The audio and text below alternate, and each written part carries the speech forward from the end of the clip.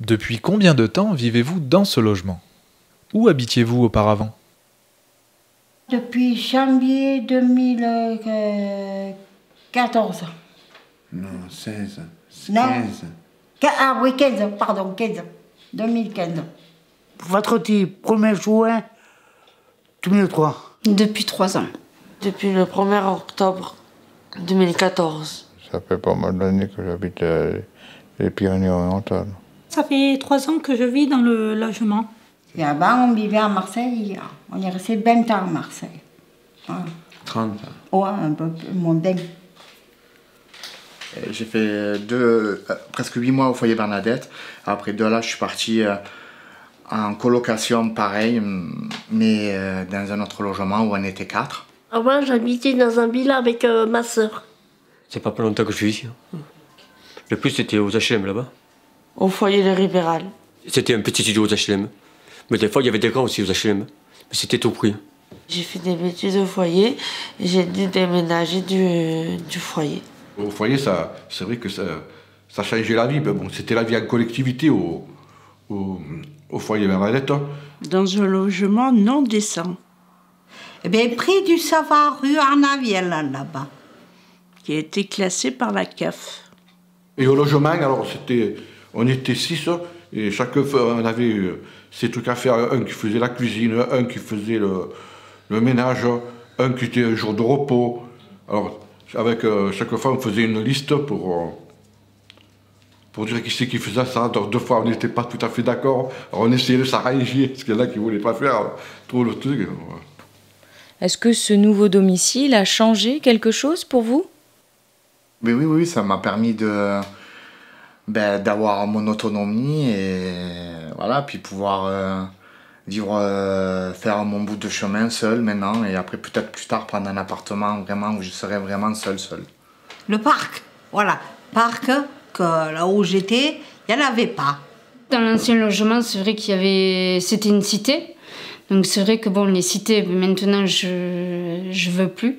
J'essaye d'avoir un logement à nous, façon de parler, qui soit quand même décent pour les enfants, et faire en sorte qu'ils ne vivent pas dans une cité qui soit en meilleures conditions pour vivre. Voilà.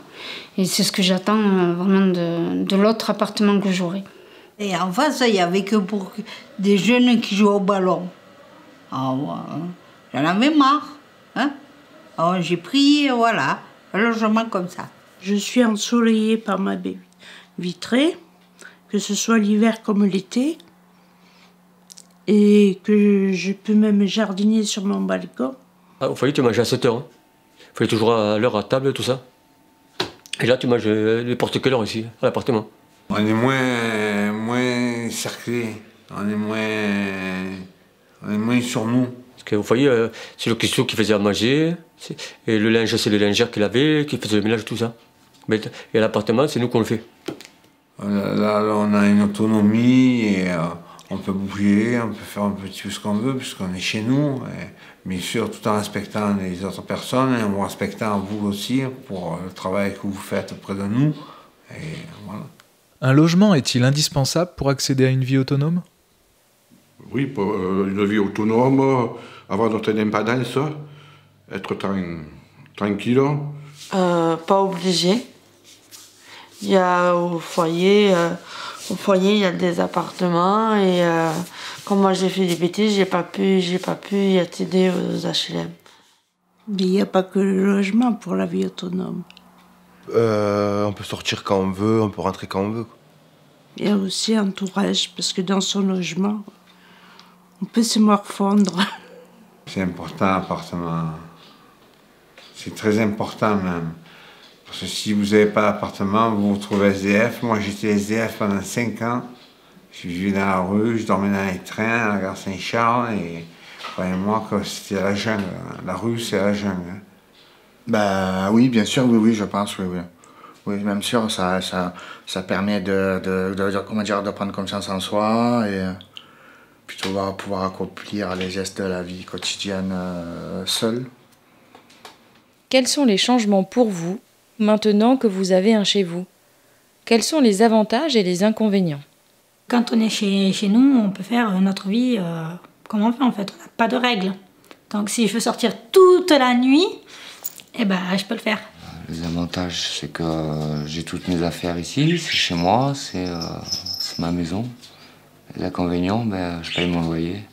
Il faut faire les courses, il faut faire le ménage et tout ça. Tu peux sortir à n'importe quelle heure. Et les avantages, c'est beaucoup mieux parce qu'on a son propre appartement, on peut faire ce qu'on veut. Quand j'étais au foyer, il faut les 10 euros. Faut le dire aux motrices à quelle heure tu rentrais, tout ça, et il faudra l'heure à table. Si tu n'étais pas là, tu te faisais engueuler au foyer, tout ça. Et ouais. Le changement, c'est surtout avoir de l'autonomie et pouvoir me gérer tout seul et faire ce que je veux, sans dépendre d'avoir des moniteurs ou des éducateurs avec moi. Je peux être un petit peu autonome. On peut se laver tous les jours, on peut laver notre linge, on peut manger tous les jours chaud. Vivre seul, oui, c'est dur au début. Maintenant, ça va mieux. C'est une autre vie, c'est spécial. T'entends un bruit, tu fais attention, voilà. Tu te réveilles. Hein, On peut se prendre le train ou le bus qui nous laisse à Aix et après prendre un autre bus pour aller à Marseille. Mais bon, à Marseille, on ira cet été pour aller à la plage. On peut sortir quand on veut, on n'a pas à demander. On fait sa vie en fait, comme toute personne.